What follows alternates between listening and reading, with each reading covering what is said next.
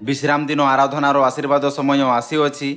आज आसतु आम्भे पिता परमेश्वर और माता परमेश्वर उपदेश शीर्षकर सहित परमेश्वर वाक्यर अध्ययन करिवार किछि समय नेबा। सबुठु बड़ भूल जहाँ मानव जाति करुअछि ताहा यह अटे कि सेमाने परमेश्वर विषय सठिक ज्ञान प्राप्त करिबारे विफल रहंती। एही समस्त मनुष्य मानक निमंते एक गंभीर समस्या होइथाय। सीधा शब्द रे कहिबा तेबे यह समस्त मानव जाति निमंते विपद अटे।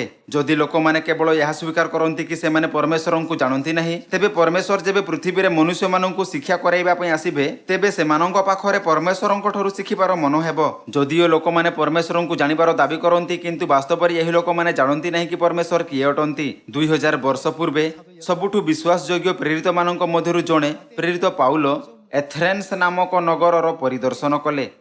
जेबे से सेठारे पहुंचिले तेबे से अनेक लोकंकु भंड देवगणर उपासना करुथुबार देखिले। से लोकमानंक द्वारा निर्मित एक वेदी पाखरे आसिले जेउठी यह लेखा थिला अज्ञात ईश्वरंक पई।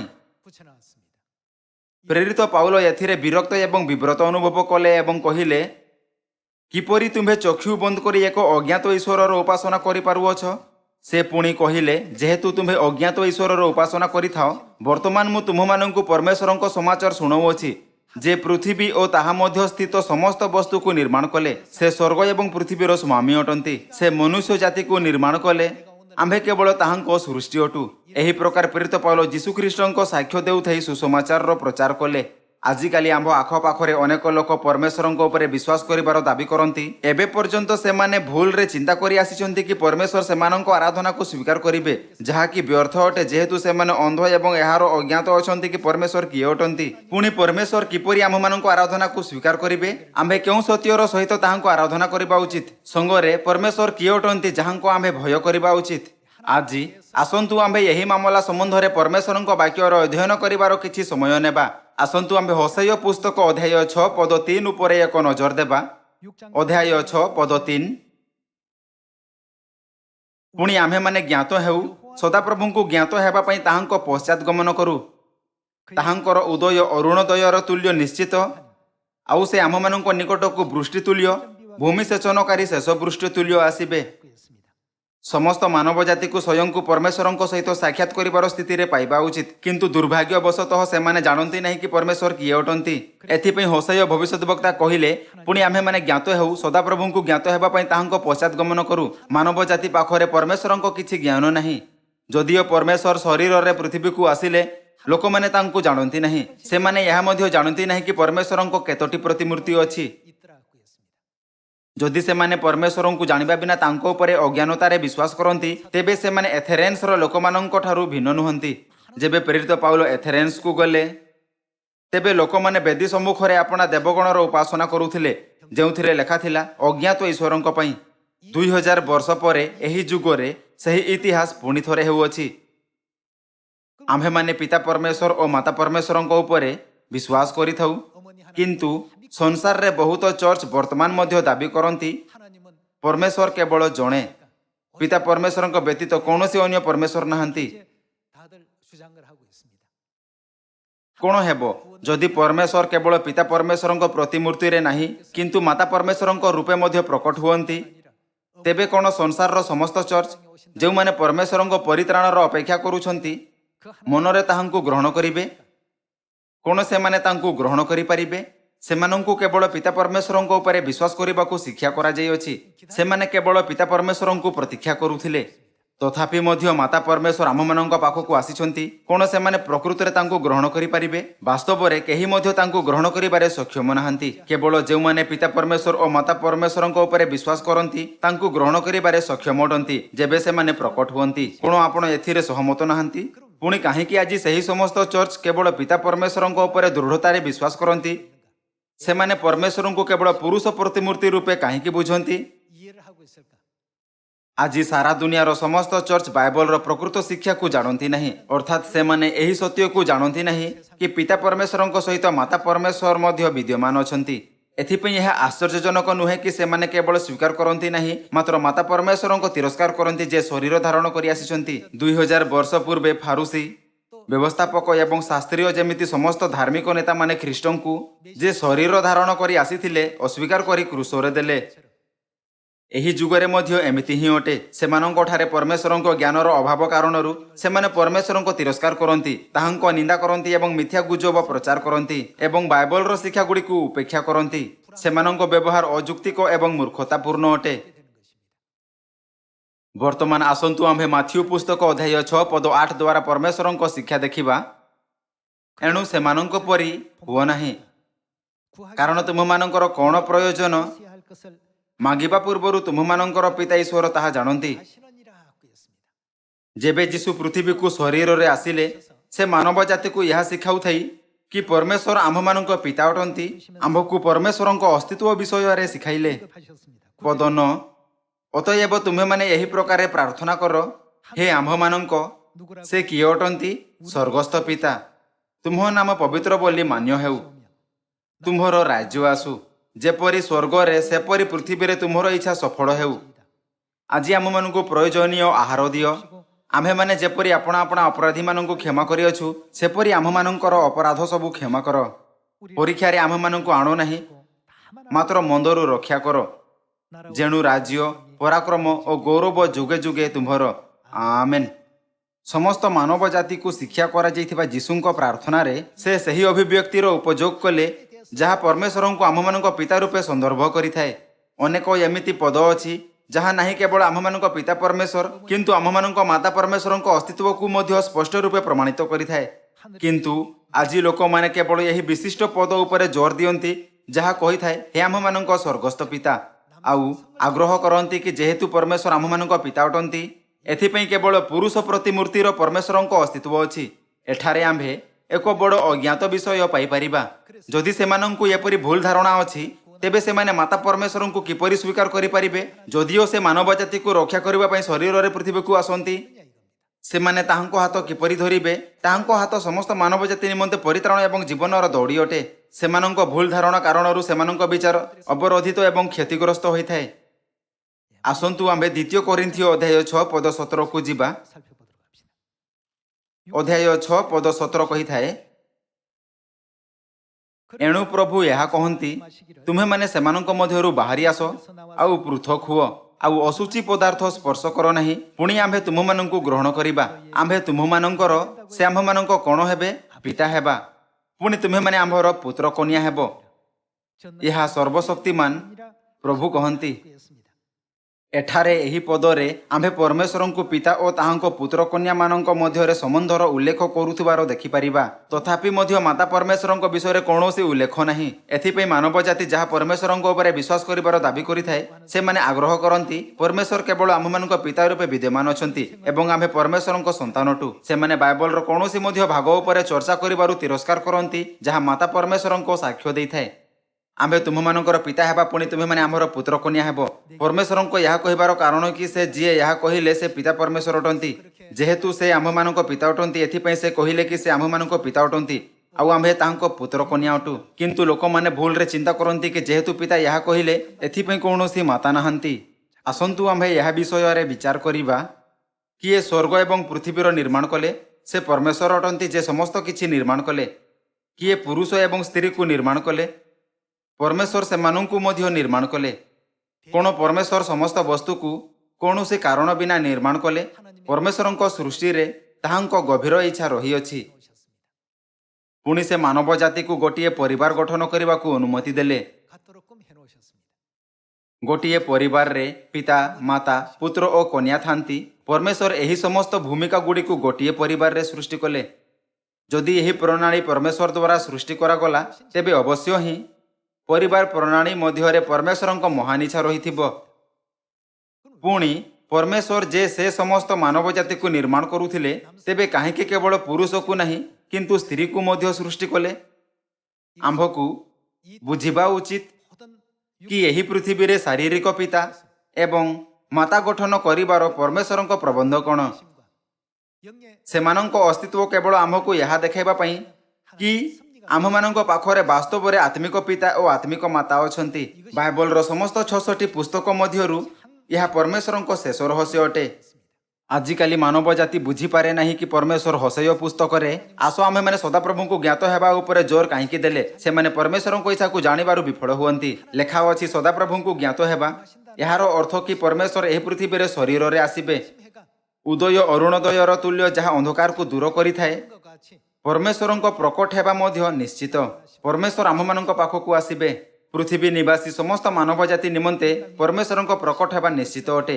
ଏହି ପ୍ରକାର ହୋସେୟ ପୁସ୍ତକ ଅଧ୍ୟାୟ 6ରେ ପରମେଶ୍ୱର ସମସ୍ତ ମାନବ ଜାତିଙ୍କୁ ତାଙ୍କୁ ସାକ୍ଷାତ ଏବଂ ଗ୍ରହଣ କରିବାର ଚେତାବନୀ ଦେଲେ। ଯଦିଓ ବି ପରମେଶ୍ୱର କହିଲେ ସଦାପ୍ରଭୁଙ୍କୁ ଜ୍ଞାତ ହେବା ପାଇଁ ତାହାଙ୍କ ପଶ୍ଚାତଗମନ କରୁ, ଲୋକମାନେ କହନ୍ତି ପରମେଶ୍ୱର କେବଳ ଜଣେ, ସେ ଆମ୍ଭମାନଙ୍କ ପିତା ପରମେଶ୍ୱର ଅଟନ୍ତି। ତେବେ ସେମାନେ ଏହାକୁ କିପରି ବୁଝାଇବେ କି ପରମେଶ୍ୱର ପିତାଙ୍କ ଉପାଧିକୁ କାହିଁକି ଉପଯୋଗ କଲେ? ଯଦି ସେ କେବଳ ଜଣେ, ତେବେ ସେ ସ୍ୱୟଂକୁ କେବଳ ପରମେଶ୍ୱରଙ୍କ ରୂପେ ସନ୍ଦର୍ଭ କରିପାରିଥାନ୍ତେ। ତାହାଙ୍କ ପିତାଙ୍କ ଉପାଧିକୁ ଉପଯୋଗ କରିବା ଏହା ଜଣାଇଥାଏ କି କିଛି ଅଛି ଯାହା ସ୍ପଷ୍ଟ ରୂପେ ନିର୍ଦ୍ଧାରିତ କରାଯାଇପାରିବ ନାହିଁ। ଯଦି ସେ କେବଳ ପରମେଶ୍ୱର ଶୀର୍ଷକର ଉପଯୋଗ କରନ୍ତେ, ପରମେଶ୍ୱର କାହିଁକି କହିଲେ କି ଆମ୍ଭେ ତାଙ୍କୁ ପିତା କହିବା?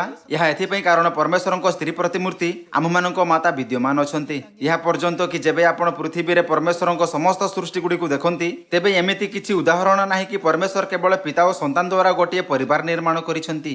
ପରମେଶ୍ୱର ପ୍ରତ୍ୟେକ ପରିବାରରେ ମାତାଙ୍କୁ ରଖିଲେ। ପ୍ରେରିତ ପାଉଲ ପବିତ୍ର ଆତ୍ମାଙ୍କ ଦ୍ୱାରା ପ୍ରେରିତ ହୋଇ ଏହି ମାମଲା ବିଷୟରେ ଏବ୍ରୀ ଭାଷାରେ ଲେଖିଲେ, ଯେଉଁଠି ସେ ବ୍ୟକ୍ତ କଲେ କି ଏହି ପୃଥିବୀର ବସ୍ତୁ ସ୍ୱର୍ଗୀୟ ବସ୍ତୁର ଯାହା ବାସ୍ତବିକତା ଅଟେ ଦୃଷ୍ଟାନ୍ତ ଓ ଛାୟା ମାତ୍ର। ଯେବେ ଆପଣ ଏବ୍ରୀ ଅଧ୍ୟାୟ 8 ପଦ 5ରେ ପରମେଶ୍ୱରଙ୍କ ବାକ୍ୟକୁ ପଢ଼ନ୍ତି, ତେବେ ଲେଖା ଅଛି, ସେମାନେ ଯାହାର ସେବା କରନ୍ତି ତାହା ସ୍ୱର୍ଗୀୟ ବସ୍ତୁଗୁଡ଼ିକର ଦୃଷ୍ଟାନ୍ତ ଓ ଛାୟା ମାତ୍ର। ସାଂସାରିକ ପ୍ରଣାଳୀଗୁଡ଼ିକ କେବଳ ଦୃଷ୍ଟାନ୍ତ ଏବଂ ଏହା ସ୍ୱର୍ଗରେ ଦେଖାଯାଉଥିବା ଆପଣା ବାସ୍ତବିକତା ଅନୁସାରେ ନିର୍ମାଣ ହୋଇଥିଲା।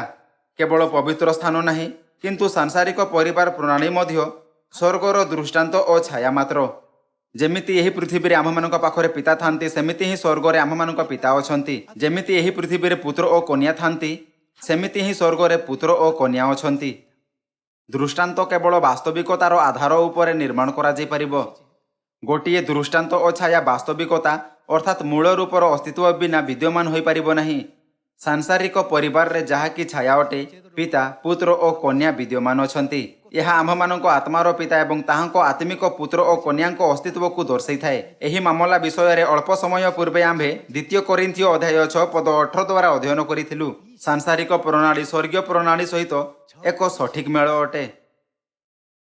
ଏହା ଅତିରିକ୍ତ ଚର୍ଚ୍ଚ ଆଜି ମଧ୍ୟ ଦାବି କରିବା ଜାରି ରଖନ୍ତି, ସାଂସାରିକ ପରିବାରରେ ମାତା ଅଛନ୍ତି, କିନ୍ତୁ ଆତ୍ମିକ ଦୁନିଆରେ ଯାହା ବାସ୍ତବିକତା ଅଟେ, ମାତା ନାହାନ୍ତି। ମାତା ପରମେଶ୍ୱର ବିଦ୍ୟମାନ ନାହାନ୍ତି। ଏଥିପାଇଁ ଚର୍ଚ୍ଚ ଅଫ୍ ଗଡ୍ ଏକ ଅଜବ ଚର୍ଚ୍ଚ ଅଟେ। ଆମ୍ଭେ ଆଦୌ ବିଚିତ୍ର ନୁହଁ। ଆମ୍ଭମାନଙ୍କ ଶିକ୍ଷା ସମ୍ପୂର୍ଣ୍ଣ ଭାବେ ବାଇବଲ ଉପରେ ଆଧାରିତ ଏବଂ ଏହା ସିଧାସଳଖ ପରମେଶ୍ୱରଙ୍କ ପାଖରୁ ଆସିଥାଏ। ଚର୍ଚ୍ଚ ଅଫ୍ ଗଡ୍ ହିଁ એકમાત્ર ଚର୍ଚ୍ଚ ଅଟେ ଯାହା ପରମେଶ୍ୱରଙ୍କ ସମସ୍ତ ଶିକ୍ଷା ଗୁଡ଼ିକର ଯେମିତି ତାହା ଦିଆଯାଇଅଛି ସଚ୍ଚୋଟତାରେ ପାଳନ କରିଥାଏ। ଯଦିଓ ଅନ୍ୟ ଚର୍ଚ୍ଚ ଏକ ଅଜ୍ଞାତ ଈଶ୍ୱରଙ୍କ ଉପାସନା କରିଥାଏ, କିନ୍ତୁ ଆମ୍ଭେ ସେହି ପରମେଶ୍ୱରଙ୍କ ଉପାସନା କରିଥାଉ ଯାହାଙ୍କୁ ଆମ୍ଭେ ଜାଣୁ। ତେବେ ଏହି ମାମଲା ଉପରେ ଯୁକ୍ତିତର୍କ କରିବା ପରିବର୍ତ୍ତେ କ'ଣ ଆମ୍ଭକୁ ବାଇବଲ ମାଧ୍ୟମରେ ସମସ୍ତ ଉତ୍ତରକୁ ଖୋଜିବା ଉଚିତ ନୁହେଁ? ଆସନ୍ତୁ ଆମ୍ଭେ ପରମେଶ୍ୱରଙ୍କ ଦ୍ୱାରା ଦିଆଯାଇଥିବା ଉତ୍ତରକୁ ଜାଣିବା ପାଇଁ ଆଦି ପୁସ୍ତକ ଅଧ୍ୟାୟ 1କୁ ଯିବା। ଆଦି ପୁସ୍ତକ ଅଧ୍ୟାୟ 1 ପଦ 26। ଏଥିଉତାରୁ ପରମେଶ୍ୱର କହିଲେ, ଆମ୍ଭେମାନେ ପରମେଶ୍ୱର କ'ଣ ନିର୍ମାଣ କଲେ? ଆପଣା ପ୍ରତିମୂର୍ତ୍ତିରେ ଓ ପରମେଶ୍ୱର ମନୁଷ୍ୟକୁ କିପରି ନିର୍ମାଣ କଲେ? ଆପଣା ସାଦୃଶ୍ୟରେ ମନୁଷ୍ୟର ନିର୍ମାଣ କରୁ। ଦୁନିଆରେ ହଜାରେ ଚର୍ଚ୍ଚ ଦାବି କରନ୍ତି ପରମେଶ୍ୱର କେବଳ ପିତା ପରମେଶ୍ୱର ଅଛନ୍ତି, କିନ୍ତୁ ବାଇବଲ କ'ଣ କହିଥାଏ? ଆମ୍ଭେମାନେ ମନୁଷ୍ୟର ନିର୍ମାଣ କରିବା, ଆମ୍ଭେମାନେ ମାନବ ଜାତିକୁ ନିର୍ମାଣ କରିବା। ଏହି ବାକ୍ୟକୁ ଦେଖୁଥାଇ କ'ଣ ଆମ୍ଭେ ସ୍ପଷ୍ଟ ରୂପେ ପୁଷ୍ଟି କରିପାରିବା ନାହିଁ କି ପରମେଶ୍ୱର ଯେ ସମସ୍ତ ବସ୍ତୁକୁ ସୃଷ୍ଟି କଲେ ଏକ ବଚନ ନାହିଁ, କିନ୍ତୁ ବହୁବଚନ ପରମେଶ୍ୱର ଅଟନ୍ତି? ଆସନ୍ତୁ ଆମ୍ଭେ ପୁଣି ଥରେ ପଦ 26କୁ ଯିବା। ଏଥିଉତାରୁ ପରମେଶ୍ୱର କହିଲେ, ଆମ୍ଭେମାନେ ଆପଣା ପ୍ରତିମୂର୍ତ୍ତିରେ ଓ ଆପଣା ସାଦୃଶ୍ୟରେ ମନୁଷ୍ୟର ନିର୍ମାଣ କରୁ। ସେମାନେ ଜଳଚର ମତ୍ସ୍ୟଗଣ ଓ ଖେଚର ପକ୍ଷୀଗଣ ଓ ପଶୁଗଣ ଓ ସମସ୍ତ ପୃଥିବୀ ଓ ଭୂମିରେ ଗମନଶୀଳ ସବୁ ଉରଗାମୀ ଜନ୍ତୁ ଉପରେ କର୍ତ୍ତୃତ୍ୱ କରିବେ। ପଦ 27। ଅନନ୍ତର ପରମେଶ୍ୱର ଆପଣା ପ୍ରତିମୂର୍ତ୍ତିରେ ମନୁଷ୍ୟକୁ ସୃଷ୍ଟି କଲେ। କ'ଣ ଏଠାରେ ଆପଣା ପ୍ରତିମୂର୍ତ୍ତିରେ ର ଅର୍ଥ ଏକ ପ୍ରତିଲିପି ନୁହଁ? ଯେବେ ପରମେଶ୍ୱରଙ୍କ ପ୍ରତିମୂର୍ତ୍ତି ଅନୁସାରେ ଏକ ପ୍ରତିଲିପି ନିର୍ମାଣ କରାଗଲା, ତେବେ ଏକ ପୁରୁଷ ଓ ଏକ ସ୍ତ୍ରୀ ପ୍ରକଟ ହେଲେ। ପୁଣି କ'ଣ ଏହା ସ୍ପଷ୍ଟ ରୂପେ ପୁରୁଷ ପ୍ରତିମୂର୍ତ୍ତିର ପରମେଶ୍ୱରଙ୍କ ସହିତ ସ୍ତ୍ରୀ ପ୍ରତିମୂର୍ତ୍ତିର ପରମେଶ୍ୱରଙ୍କ ଅସ୍ତିତ୍ୱର ସାକ୍ଷ୍ୟ ଦିଏ ନାହିଁ? ଆମ୍ଭେ ପୁରୁଷ ପ୍ରତିମୂର୍ତ୍ତିର ପରମେଶ୍ୱରଙ୍କୁ ପିତା ପରମେଶ୍ୱର କହିଥାଉ। 부르고 있습니다. ଏଥିପାଇଁ ମାନବ ଜାତିକୁ ସ୍ତ୍ରୀ ପ୍ରତିମୂର୍ତ୍ତିର ପରମେଶ୍ୱରଙ୍କୁ କ'ଣ ବୋଲି କହିବା ଉଚିତ? 뭐라고 불러야 ସବୁଠୁ ସଠିକ ଉତ୍ତର କ'ଣ ହେବ? 있겠습니까? ମାତା ପରମେଶ୍ୱର। ଯଦି ଆମେ ପୁରୁଷ ପ୍ରତିମୂର୍ତ୍ତିର ପରମେଶ୍ୱରଙ୍କୁ ଯେ ପ୍ରାଣବାୟୁ ଏବଂ ଜୀବନ ଦେଉଥାଇ ମାନବ ଜାତିକୁ ନିର୍ମାଣ କଲେ ଆମ୍ଭମାନଙ୍କ ପିତା କହିଥାଉ, ତେବେ ନିଃସନ୍ଦେହ ସ୍ତ୍ରୀ ପ୍ରତିମୂର୍ତ୍ତିର ପରମେଶ୍ୱର ଆମ୍ଭମାନଙ୍କ ମାତା ପରମେଶ୍ୱର ଅଟନ୍ତି। ଆଦି ପୁସ୍ତକ ଅଧ୍ୟାୟ 1ରେ କ'ଣ ପରମେଶ୍ୱର ସମସ୍ତ ମାନବ ଜାତିକୁ 아버지 ପିତା ପରମେଶ୍ୱର ଓ ମାତା ପରମେଶ୍ୱରଙ୍କ ଅସ୍ତିତ୍ୱ ବିଷୟରେ ଜାଣିବାକୁ ଦେଲେ ନାହିଁ? ଯେହେତୁ ଆମ୍ଭେ ଖାଲି ଆଖିରେ ଆତ୍ମିକ ଦୁନିଆକୁ ଦେଖିପାରିବା ନାହିଁ, ଯାହା ଚତୁର୍ଥ ବା ପଞ୍ଚମ ଆୟାମ ଅଟେ। ଏଥିପାଇଁ କୌଣସି ଆମ୍ଭମାନଙ୍କୁ ବାଇବଲର ଶିକ୍ଷାଗୁଡ଼ିକ ମାଧ୍ୟମରେ ଆତ୍ମିକ ଦୁନିଆକୁ ସ୍ପଷ୍ଟ ରୂପେ ଦେଖିବାକୁ ଅନୁମତି ଦେଉନାହାନ୍ତି। ଯେବେ ଆମ୍ଭେ ସେହି ସମସ୍ତ ବସ୍ତୁ ଉପରେ ଏକ ନଜର ଦେଇଥାଉ ଯାହାକୁ ପରମେଶ୍ୱର ପୃଥିବୀରେ ନିର୍ମାଣ କଲେ, ତେବେ ସମସ୍ତ ବୃକ୍ଷ ଓ ପଶୁ ଯାହାକୁ ପରମେଶ୍ୱର ନିର୍ମାଣ କଲେ ପୁରୁଷ ଓ ସ୍ତ୍ରୀ ରୂପେ ଭିନ୍ନ ଅଛି। 다 이렇게 구분되어 있습니다. ମନୁଷ୍ୟ ସହିତ ମଧ୍ୟ ଏମିତି ହିଁ ଅଟେ। କାହିଁକି ପରମେଶ୍ୱର ଏହାକୁ ଏପରି ଭାବେ ନିର୍ମାଣ କଲେ? ଯେହେତୁ ପୁରୁଷ ପ୍ରତିମୂର୍ତ୍ତିର ପରମେଶ୍ୱର ଓ ସ୍ତ୍ରୀ ପ୍ରତିମୂର୍ତ୍ତିର ପରମେଶ୍ୱର ବିଦ୍ୟମାନ ଅଛନ୍ତି, 하나님이 계시기 때문에 ଏଥିପାଇଁ ସେମାନେ ଏକ ସଙ୍ଗରେ କ'ଣ କହିଲେ? ଆମ୍ଭେମାନେ ମନୁଷ୍ୟକୁ ଆପଣା ପ୍ରତିମୂର୍ତ୍ତିରେ ଆପଣା ସାଦୃଶ୍ୟରେ ନିର୍ମାଣ କରିବା। 창조하자. ଏହି ପ୍ରକାର ସ୍ୱର୍ଗ ଓ ପୃଥିବୀରେ ସମସ୍ତ ବସ୍ତୁ ନିର୍ମାଣ କରାଗଲା। ଦୋଙ୍ଗ ପ୍ରକାଶନ କମ୍ପାନୀ ଦ୍ୱାରା ପ୍ରକାଶିତ ପୁସ୍ତକ ଦ ମିଷ୍ଟ୍ରିଜ୍ ଅଫ୍ ଦ ବାଇବଲରେ ଏହି ପ୍ରଶ୍ନ ପଚରାଯାଇଅଛି କି ପରମେଶ୍ୱର କାହିଁକି ଆମ୍ଭେମାନେ କହିଲେ? ସେମାନେ କହିଲେ କି ଏହି ମାମଲାରେ ଯଦିଓ ଯେତିକି ମଧ୍ୟ ଧର୍ମଶାସ୍ତ୍ରୀମାନେ ଓ ବିଦ୍ୱାନମାନେ ଅନୁସନ୍ଧାନ ଏବଂ ଅଧ୍ୟୟନ କରିଛନ୍ତି, ଏହା କିଛି ଏପରି ଥିଲା ଯାହାକୁ କେହି ବୁଝିପାରିଲେ ନାହିଁ। ଏମିତି କାହିଁକି? ଏମିତି ଏଥିପାଇଁ କାରଣ ପରମେଶ୍ୱରଙ୍କୁ ଏଲୋହିମ୍ କୁହାଯାଏ, ଯାହା ଏକ ବହୁବଚନ ସଂଜ୍ଞା ଅଟେ। ବାଇବଲରେ ଏକବଚନ ସଂଜ୍ଞା ଓ ବହୁବଚନ ସଂଜ୍ଞା ଉଭୟର ଉପଯୋଗ କରାଯାଇଅଛି। 주장하고 있습니다. ଯେବେ ଏହା ବିଶେଷ ରୂପେ ଏକବଚନ ପରମେଶ୍ୱରଙ୍କୁ ସଂକେତ କରିଥାଏ, ତେବେ ତାହାକୁ ଏଲ୍ ରୂପେ ବର୍ଣ୍ଣିତ କରାଯାଇଅଛି। ମାତ୍ର ଆଦି ପୁସ୍ତକ ଅଧ୍ୟାୟ 1ରେ ଏହା ଲେଖାଅଛି, ଆଦ୍ୟରେ ପରମେଶ୍ୱର ସ୍ୱର୍ଗ ଓ ପୃଥିବୀର ସୃଷ୍ଟି କଲେ। ଏଠାରେ ଏକବଚନ ସଂଜ୍ଞା ଏଲ୍ ପରିବର୍ତ୍ତେ ବହୁବଚନ ସଂଜ୍ଞା ଏଲୋହିମ୍ର ଉପଯୋଗ କରାଯାଇଅଛି। ଅନ୍ୟ ଶବ୍ଦରେ ଏହାର ଅର୍ଥ ଅଟେ ବହୁବଚନର ପରମେଶ୍ୱର। ଶାବ୍ଦିକ ରୂପେ ଏହାର ଅନୁବାଦ ଏହି ପ୍ରକାର କରାଯିବା ଉଚିତ, ଆଦ୍ୟରେ ବହୁବଚନ ପରମେଶ୍ୱର ଆକାଶ ଓ ପୃଥିବୀର ନିର୍ମାଣ କଲେ। ଏହି ଶବ୍ଦ ବାଇବଲରେ ପ୍ରାୟ 2500 ଥର ଦେଖାଯାଏ ଆଉ ଏହାଦ୍ୱାରା ଆମ୍ଭେ ସମ୍ପୂର୍ଣ୍ଣ ରୂପେ ଏହି ବିଷୟର ପୁଷ୍ଟି କରିପାରିବା କି ପରମେଶ୍ୱର ସ୍ୱୟଂଙ୍କୁ ମାନବ ଜାତି ନିମନ୍ତେ ଏକବଚନ ପରମେଶ୍ୱରଙ୍କ ରୂପେ କହିଲେ ନାହିଁ। 할 수 있습니다. ଆଜିକାଲି ଅସଂଖ୍ୟ ଧର୍ମଶାସ୍ତ୍ରୀ ଯେଉଁମାନେ ବାଇବଲର ଯତ୍ନପୂର୍ବକ ଅଧ୍ୟୟନ କରିବା ପାଇଁ ବିବେଚିତ ଏହାକୁ ବାଇବଲର ଏକ ରହସ୍ୟ କହନ୍ତି। ସେମାନେ ଭାବନ୍ତି ପରମେଶ୍ୱର ବହୁବଚନ ସଂଜ୍ଞାର ଉପଯୋଗ କାହିଁକି କଲେ? ସେମାନଙ୍କଠାରେ ଏହି ପ୍ରଶ୍ନର ଉତ୍ତର ନାହିଁ। କିନ୍ତୁ ଯେବେ ଆମ୍ଭେ ଆଦି ପୁସ୍ତକ ଅଧ୍ୟାୟ 1 ପଦ 26ରୁ 27 ଦେଖିଥାଉ, ତେବେ ଏହାର ଉତ୍ତର ଖୋଜିବା ବହୁତ ସହଜ ଅଟେ। ଯେବେ ଆମ୍ଭେ ଏହି ତଥ୍ୟକୁ ବୁଝିଥାଉ କି ପିତା ପରମେଶ୍ୱର ଓ ମାତା ପରମେଶ୍ୱର ବିଦ୍ୟମାନ ଅଛନ୍ତି, ତେବେ ଏହି ତଥ୍ୟ କି ବହୁବଚନ ସଂଜ୍ଞା ଏଲୋହିମ୍ର ଉପଯୋଗ କରାଯାଉଅଛି ଆଦୌ ବିଚିତ୍ର ନୁହେଁ। କିନ୍ତୁ ଯେହେତୁ ସେମାନେ ବାଇବଲକୁ ଏକ ନିଶ୍ଚିତ ଅବଧାରଣ ସହିତ ଦେଖନ୍ତି କି କେବଳ ଏକ ପରମେଶ୍ୱର ଅଛନ୍ତି, ଏଥିପାଇଁ ଏହା ଏକ ରହସ୍ୟ ରୂପେ ପ୍ରସ୍ତୁତ ହୋଇଅଛି ଯାହାକୁ କେବେ ସମାଧାନ କରାଯାଇ ନାହିଁ। ଏହା ବହୁତ ଆଶ୍ଚର୍ଯ୍ୟଜନକ ଅଟେ। ପରମେଶ୍ୱରଙ୍କ ପ୍ରତି ଦୃଷ୍ଟିକୋଣରେ ପ୍ରଭେଦର ଆଧାରରେ ଆମ୍ଭେ ଯେଉଁ ଦେଶକୁ ଅଗ୍ରସର ହେଉଅଛୁ ତାହା ସେମାନଙ୍କ ଦେଶରୁ ଭିନ୍ନ ଅଟେ। ସଂସାରର ଲୋକ ଖ୍ରୀଷ୍ଟମାସକୁ ବହୁତ ମହତ୍ୱପୂର୍ଣ୍ଣ ମାନନ୍ତି, କିନ୍ତୁ ଏହାକୁ ବାଇବଲରେ ଖୋଜାଯାଇପାରିବ ନାହିଁ। କିନ୍ତୁ ଆମ୍ଭେ ନିସ୍ତାର ପର୍ବକୁ ମହତ୍ୱପୂର୍ଣ୍ଣ ଦେଇଥାଉ କାରଣ ବାଇବଲରେ ଏହାର ସାକ୍ଷ୍ୟ ଦିଆଯାଇଅଛି। ସେମାନେ ରବିବାରର ଆରାଧନା କରନ୍ତି, ଯାହା ବାଇବଲରେ କେଉଁଠି ମଧ୍ୟ ଦେଖାଯାଏ ନାହିଁ। କିନ୍ତୁ ଆମ୍ଭେ ବାଇବଲରେ ପରମେଶ୍ୱରଙ୍କ ଶିକ୍ଷା ଅନୁସାରେ ଦିଆଯାଇଥିବା ବିଶ୍ରାମ ଦିନ ସପ୍ତମ ଦିନ ଶନିବାରକୁ ଆରାଧନା କରିଥାଉ। ଯେଉଁମାନେ ଏହି ମାମଲାକୁ ବୁଝନ୍ତି ନାହିଁ, ସେମାନେ ଭାବନ୍ତି କି ଚର୍ଚ୍ଚ ଅଫ୍ ଗଡ୍ ଅଜବ ଅଟେ। ଅନ୍ୟ ଚର୍ଚ୍ଚ ରବିବାରକୁ ଆରାଧନା କରନ୍ତି, କିନ୍ତୁ କାହିଁକି ସେହି ଚର୍ଚ୍ଚ ଶନିବାରକୁ ଆରାଧନା କରିଥାଏ? ସମସ୍ତ ଚର୍ଚ୍ଚ ଖ୍ରୀଷ୍ଟମାସ ପାଳନ କରନ୍ତି, କିନ୍ତୁ କାହିଁକି ସେହି ଚର୍ଚ୍ଚ ନିସ୍ତାର ପର୍ବ ପାଳନ କରିଥାଏ? ଆଜିକାଲି ଲୋକମାନଙ୍କ ବ୍ୟକ୍ତିଗତ ଦୃଷ୍ଟିକୋଣରେ ବାଇବଲର ପାଳନ କରୁଥିବା ଚର୍ଚ୍ଚକୁ ଅଜବ ବିବେଚିତ କରାଯାଏ। ମାତ୍ର ସେହି ଚର୍ଚ୍ଚକୁ ଯେଉଁମାନେ ବାଇବଲର ପାଳନ କରନ୍ତି ନାହିଁ ତାହାକୁ ଭୁଲ ବିବେଚିତ କରାଯାଏ, ଯେମିତିକି ତାହା ଏକ ସତ୍ୟ ଚର୍ଚ୍ଚ ଅଟେ।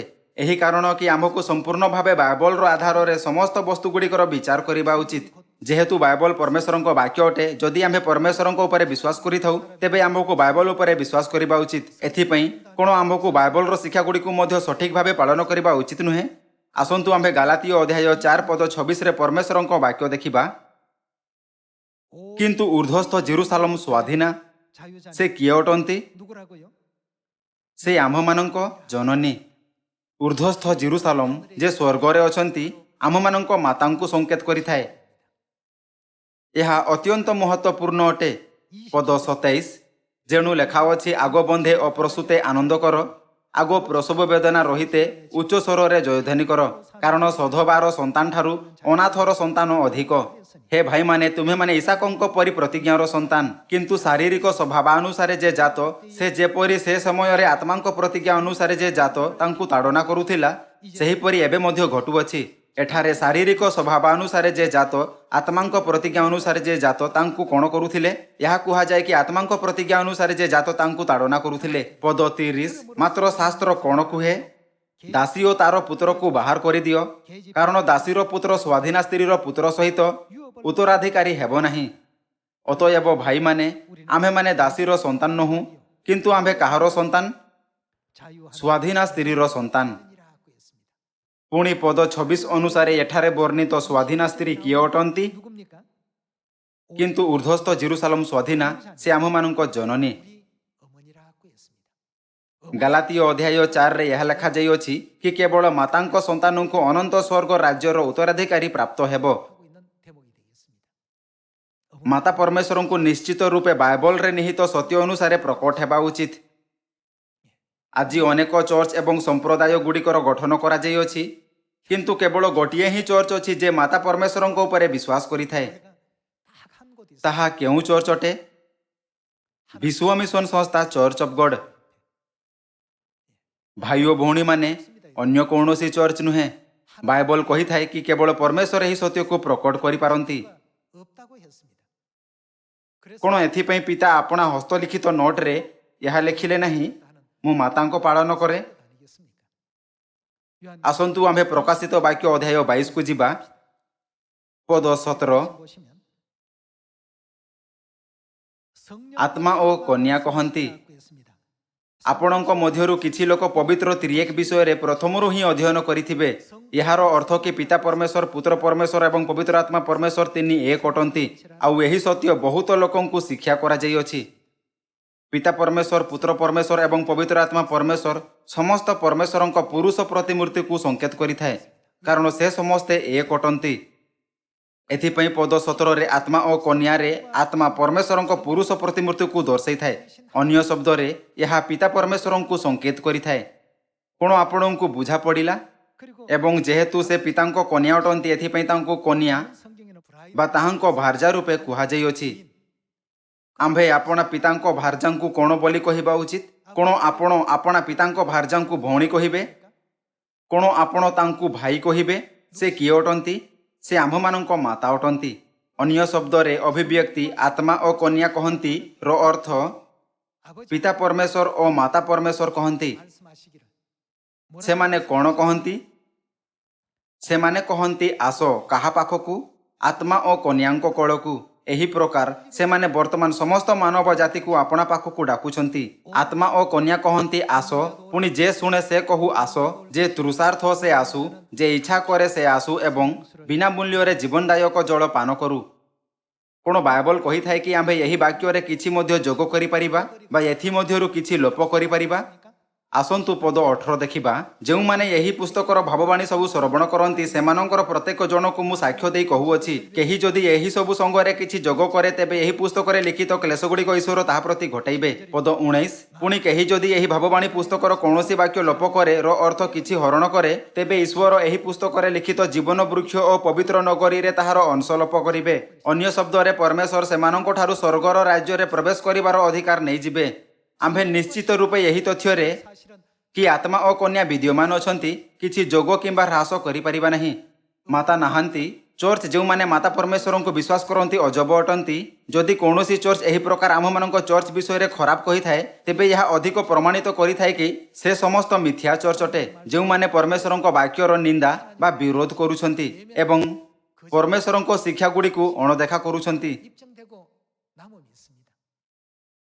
ସମସ୍ତ ଲୋକ ଏହି ବୈଶ୍ୱିକ ଗ୍ରାମରେ ମାତାଙ୍କ ବିନା ଜୀବନ ହୋଇପାରିବ ନାହିଁ। ସିଧା ଶବ୍ଦରେ କହିବା ତେବେ ଉଦ୍ଭିଦ ଏବଂ ବନ୍ୟ ପଶୁଙ୍କ ଦୁନିଆରେ ଏବଂ ଏହା ପର୍ଯ୍ୟନ୍ତ କି ମାନବୀୟ ସମ୍ବନ୍ଧ ଭିତରେ ମଧ୍ୟ ମାତାଙ୍କ ବିନା ଦୁନିଆ ମୃତ୍ୟୁର ଦୁନିଆ ଅଟେ। ଜୀବନ ବିଦ୍ୟମାନ ଅଛି ଏବଂ ଆମ୍ଭମାନଙ୍କ ଜନ୍ମ ହୋଇଅଛି। ଏହାର କାରଣ କି ଆମ୍ଭମାନଙ୍କ ପାଖରେ ମାତା ଅଛନ୍ତି। ଏଥିପାଇଁ ଆଦି ପୁସ୍ତକରେ ମଧ୍ୟ ଏହା ଦେଖାଯାଇପାରେ କି ମାତାଙ୍କ ଅନ୍ୟ ନାମ 이라는 이름을 ଜୀବନ ଅଟେ। ତାହା ଆଶ୍ଚର୍ଯ୍ୟଜନକ ଅଟେ। ସେ ଯିଏ ସବୁଠାରୁ ଅଧିକ ମାତାଙ୍କୁ ଘୃଣା କରେ ସେ ଆମମାନଙ୍କ ଶତ୍ରୁ ଶୈତାନ ଅଟେ। ଏହା ଆଦି ପୁସ୍ତକ ଅଧ୍ୟାୟ 3 ପଦ 15 ପୁସ୍ତକରେ ଦେଖାଯାଇପାରେ କି ପରମେଶ୍ୱର ଏହା ବିଷୟରେ ପ୍ରଥମରୁ ହିଁ ଭବିଷ୍ୟବାଣୀ କରିଥିଲେ। ପରିଶେଷରେ ଆମ୍ଭକୁ ସହଜରେ ଏହା ବୁଝିବାରେ ସକ୍ଷମ ହେବା ଉଚିତ କି ଯେଉଁମାନେ ଏହି ବିଷୟ ପ୍ରତି ଜୋର ଦିଅନ୍ତି ମାତା ନାହାନ୍ତି ସେହି ଲୋକ ଅଟନ୍ତି ଯେଉଁମାନେ ମୃତ୍ୟୁର ଦୁନିଆରୁ ଆସିଛନ୍ତି। ଆମ୍ଭକୁ ଶୀଘ୍ର ଯାଞ୍ଚ କରୁଥାଇ ଏହା ନିଶ୍ଚିତ କରିବା ଉଚିତ କି ଏହି ଦୁନିଆରେ ମାତାଙ୍କ ବିନା ଜୀବନ ହୋଇପାରିବ ନା ନାହିଁ। 해보셔야 됩니다. ମାତା ହେବା କାରଣରୁ ହିଁ ଜୀବନ ଜାରି ରହିପାରିବ 그 ଆଉ ସେହି ଜୀବନର ବଂଶ ପିଢ଼ି ପିଢ଼ି ପର୍ଯ୍ୟନ୍ତ ଜାରି ରହିପାରିବ। 언제 ମୋର ମନେ ଅଛି କି ମୁଁ ଦିନେ ଆପଣଙ୍କୁ ଏହା ବିଷୟରେ କହୁଥିଲି। ମାଇଟୋକଣ୍ଡ୍ରିଆଲ ଡିଏନ୍ଏ 그 DNA는 ଜୀବନର ବହୁତ ଗୁରୁତ୍ୱପୂର୍ଣ୍ଣ କାରକ ଅଟେ। 오직 ଏହା କେବଳ ଜଣେ ମାତାର ମାଇଟୋକଣ୍ଡ୍ରିଆଲ ଡିଏନ୍ଏ ହୋଇଥାଏ ଯାହା ତାହାଙ୍କ ସନ୍ତାନମାନଙ୍କୁ ଦିଆଯାଏ। 뜻을 ପରମେଶ୍ୱରଙ୍କ ଏହି ଗମ୍ଭୀର ଉଦ୍ଦେଶ୍ୟ ସେହି ସମୟରୁ ଅଟେ ଯେବେ ସେ ମାନବ ଜାତିର ସୃଷ୍ଟି କଲେ। ତଥାପି ମଧ୍ୟ ବର୍ତ୍ତମାନ 21ତମ ଶତାବ୍ଦୀରେ ଯେବେ ମନୁଷ୍ୟମାନଙ୍କ ପାଖରେ ବୈଜ୍ଞାନିକ ଜ୍ଞାନ ଏବଂ ବୁଦ୍ଧି ଅଛି ଲୋକମାନେ ମୌଳିକ ଜ୍ଞାନ ସହିତ ଜୀବନର ଆରମ୍ଭ ବିଷୟରେ ଯାଞ୍ଚ କରିବା ଆରମ୍ଭ କଲେ। ସମସ୍ତ ଲୋକ ପରମେଶ୍ୱର ଆପଣା ଇଚ୍ଛା ବିନା ଏହି ସଂସାରକୁ ସୃଷ୍ଟି କଲେ ନାହିଁ। ପରମେଶ୍ୱର ଯାହା କିଛି ମଧ୍ୟ ସୃଷ୍ଟି କଲେ ତାହା ଦ୍ୱାରା ପ୍ରଥମରୁ ହିଁ ଜଣାଇଲେ 이치를 କି ଜୀବନ କେବଳ ତେବେ ହୋଇପାରିବ ଯେବେ ମାତା ହୋଇଥାଏ।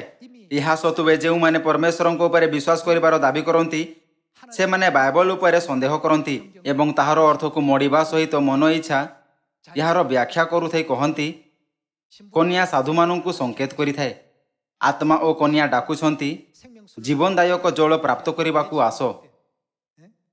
ଯଦି କନ୍ୟା ସାଧୁ ହୁଅନ୍ତା ତେବେ କ'ଣ ସେମାନଙ୍କୁ ଆତ୍ମା ଓ କନ୍ୟା ରୂପେ ବର୍ଣ୍ଣନା କରାଯାଆନ୍ତା ନାହିଁ? 해야 안 되겠습니까? ଯେବେ ପିତା ପରମେଶ୍ୱର ଯେ ଏକମାତ୍ର ଅଟନ୍ତି ଏବଂ ମାତା ପରମେଶ୍ୱର ଯେ କି ଏକମାତ୍ର କହନ୍ତି ଯେ ତୃଷାର୍ଥ ଆମ୍ଭ ନିକଟକୁ ଆସୁ, ଯେଉଁମାନଙ୍କୁ ତାଙ୍କ ନିକଟକୁ ଆସିବାର ଅଛି ସେମାନେ ସାଧୁ ଅଟନ୍ତି। ଏହା ବ୍ୟତୀତ ଯେଉଁମାନେ ସେମାନଙ୍କୁ ଡାକୁଛନ୍ତି ସେମାନେ ପରମେଶ୍ୱର ହେବା ଉଚିତ। ଯଦିଓ ବାଇବଲକୁ ବୁଝିବା ବହୁତ ସହଜ ଅଟେ ତଥାପି ମଧ୍ୟ ଆଜି ଅନେକ ଆତ୍ମା ମିଥ୍ୟା ଶିକ୍ଷାରେ ବାନ୍ଧି ହୋଇଛନ୍ତି।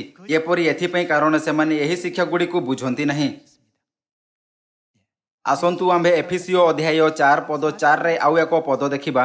자, 이 ଆମ୍ଭକୁ ଭଲରେ ଏହି ପଦର ଅର୍ଥ ଜଣା ହେବା ଉଚିତ 여러분들과 제가 ଯାହାଦ୍ୱାରା ଆମ୍ଭେ କାହାରି ଦ୍ୱାରା ଭ୍ରାନ୍ତ ହେବା ନାହିଁ।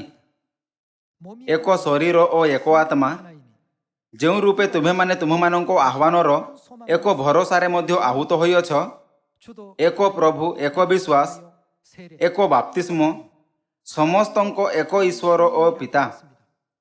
ଯେହେତୁ କହିଥାଏ ଏକ ଈଶ୍ୱର ତେଣୁ କିଛି ଭୁଲ ବୁଝିପାରନ୍ତି 오해하고 착각 କିନ୍ତୁ ତାହାପରେ ଏହା କ'ଣ କହିଥାଏ? 했습니까? 곧 ସମସ୍ତଙ୍କ ଏକ ଈଶ୍ୱର ଓ ପିତା। ସମସ୍ତ ଲୋକ କ'ଣ ଚର୍ଚ୍ଚ ଅଫ୍ ଗଡ୍ କେବେ ଶିଖାଇଲା କି ଆମ୍ଭମାନଙ୍କ ପାଖରେ 2 ଜଣ ପିତା ପରମେଶ୍ୱର ଅଛନ୍ତି? କେବେ ନାହିଁ। କେତେ ଜଣ ପିତା ଅଛନ୍ତି? ପିତା ଏକ। ଏଫିସିଓ ଅଧ୍ୟାୟ 4ରେ କେବଳ ଏକ ପରମେଶ୍ୱର ପିତା ପରମେଶ୍ୱରଙ୍କ ଉଲ୍ଲେଖ କରାଯାଇଅଛି। ଆମମାନଙ୍କ ପିତା ରୂପେ ଏକ ପରମେଶ୍ୱର ଅଛନ୍ତି 한 분이 맞습니다. ଯାହାଙ୍କ ଆମ୍ଭେ ତିରସ୍କାର ବା ଅସ୍ୱୀକାର କରିନଥାଉ। କିନ୍ତୁ ଯେବେ ଆମ୍ଭେ ଆଦି ପୁସ୍ତକ ଅଧ୍ୟାୟ 1 ଦେଖିଥାଉ ତେବେ ନିଶ୍ଚିତ ରୂପେ ମାତା ପରମେଶ୍ୱରଙ୍କ ଅସ୍ତିତ୍ୱ ଅଛି, ହଁ ନା? କ'ଣ ଗାଲାତୀୟ ଅଧ୍ୟାୟ 4 ପଦ 26ରେ ମଧ୍ୟ ମାତା ବର୍ଣ୍ଣିତ ନାହାନ୍ତି? କ'ଣ ତାହାଙ୍କ ଉଲ୍ଲେଖ ପ୍ରକାଶିତ ବାକ୍ୟ ଅଧ୍ୟାୟ 22 ପଦ 17ରେ ଆତ୍ମା ଓ କନ୍ୟା ରୂପେ କରାଯାଇ ନାହିଁ? 하지 않습니까? ହିବ୍ରୁରେ ଲିଖିତ ମୂଳ ବାଇବଲରେ ଏଲୋହିମ୍ ପରମେଶ୍ୱରଙ୍କ ପ୍ରାୟ 2500 ଥର ଉଲ୍ଲେଖ କରାଯାଇଅଛି। 언급하고 있습니다. ଏହି ସମସ୍ତ ଶିକ୍ଷା ମାଧ୍ୟମରେ ଚର୍ଚ୍ଚ ଅଫ୍ ଗଡ୍ ମାତା ପରମେଶ୍ୱରଙ୍କ ଉପରେ ବିଶ୍ୱାସ କରିଥାଏ। ଏହା ବାଇବଲରେ ଦେଖାଯାଉଥିବା ଏକ ସତ୍ୟ ଶିକ୍ଷା ଅଟେ। ଯେବେ ଆମ୍ଭେ ନାହିଁ କେବଳ ପିତା ପରମେଶ୍ୱରଙ୍କ ଉପରେ କିନ୍ତୁ ମାତା ପରମେଶ୍ୱରଙ୍କ ଉପରେ ମଧ୍ୟ ବିଶ୍ୱାସ କରିବା, ତାହାଙ୍କ ଶିକ୍ଷାକୁ ଧରି ରଖିବା ଏବଂ ତାହାଙ୍କ ପାଳନ କରିବା, ତେବେ ଆମ୍ଭେ ସ୍ୱର୍ଗୀୟ ସନ୍ତାନ ହେବା 영원한 천국까지 ଯେ ଅନନ୍ତ ସ୍ୱର୍ଗର ରାଜ୍ୟରେ ପ୍ରବେଶ କରିବ, ହଁ ନା? ପରମେଶ୍ୱର କହିଲେ ନାହିଁ କିଛି ଯୋଗ କରିବ ବା ନାହିଁ କିଛି ଲୋପ କରିବ। କେହି ମଧ୍ୟ ଏହି ତଥ୍ୟକୁ ପରିବର୍ତ୍ତନ କରିପାରିବ ନାହିଁ କି ପିତା ଓ ମାତାଙ୍କ ଅସ୍ତିତ୍ୱ ଅଛି। ଏହା କାହାର ବାକ୍ୟ ଅଟେ? ଏହା ପରମେଶ୍ୱରଙ୍କ ବାକ୍ୟ ଅଟେ ଯେ ଆମ୍ଭମାନଙ୍କ ନିମନ୍ତେ ଅନନ୍ତ ପରିତ୍ରାଣର ପଥ ଖୋଲିଲେ। ସ୍ୱର୍ଗ ଆମ୍ଭମାନଙ୍କ ସ୍ୱଦେଶ ଅଟେ। ଯେବେ ଆମ୍ଭେ ନିଜ ଘରକୁ ଯାଇଥାଉ 고향집에 ତେବେ ଯଦି ଆମ୍ଭ ପିତା ସେଠାରେ ଆମ୍ଭ ମାତା ବିନା ଏକୁଟିଆ ଥାନ୍ତି 어머니가 안 계신 ତେବେ ଆମ୍ଭକୁ ଏତେ ଖୁସି ହେବ ନାହିଁ। 분위기에 행복하지가 않습니다. ଏମିତି ଦୁନିଆରେ ହିଁ ଯେଉଁଠି ପିତା ଓ ମାତା ଅଛନ୍ତି ପରମେଶ୍ୱର ଆମ୍ଭକୁ ଅନନ୍ତ ଖୁସି ଦିଅନ୍ତି। ଆସନ୍ତୁ ଆମ୍ଭେ ସାରା ସଂସାରରେ ଏହା ଘୋଷଣା କରିବା କି ଆମ୍ଭମାନଙ୍କ ସ୍ୱର୍ଗୀୟ ମାତା ପୃଥିବୀକୁ ଆସିଛନ୍ତି ଏବଂ ସଂସାରର ସମସ୍ତ ଲୋକମାନଙ୍କୁ ଆମ୍ଭମାନଙ୍କ ସ୍ୱର୍ଗୀୟ ମାତା ନୂତନ ଜେରୁସାଲେମଙ୍କ କଳକୁ ନେତୃତ୍ୱ କରିବା। ଆଶା କରୁଥାଏ କି ଆପଣ ଆଜିର ବାକ୍ୟରୁ ଅଧିକ ଅନୁଗ୍ରହ ପାଇଛନ୍ତି। ମୁଁ ଆଜିର ଉପଦେଶ ସମାପ୍ତ କରିବାକୁ ଚାହିଁବି। ଆପଣଙ୍କ ବହୁତ ବହୁତ ଧନ୍ୟବାଦ।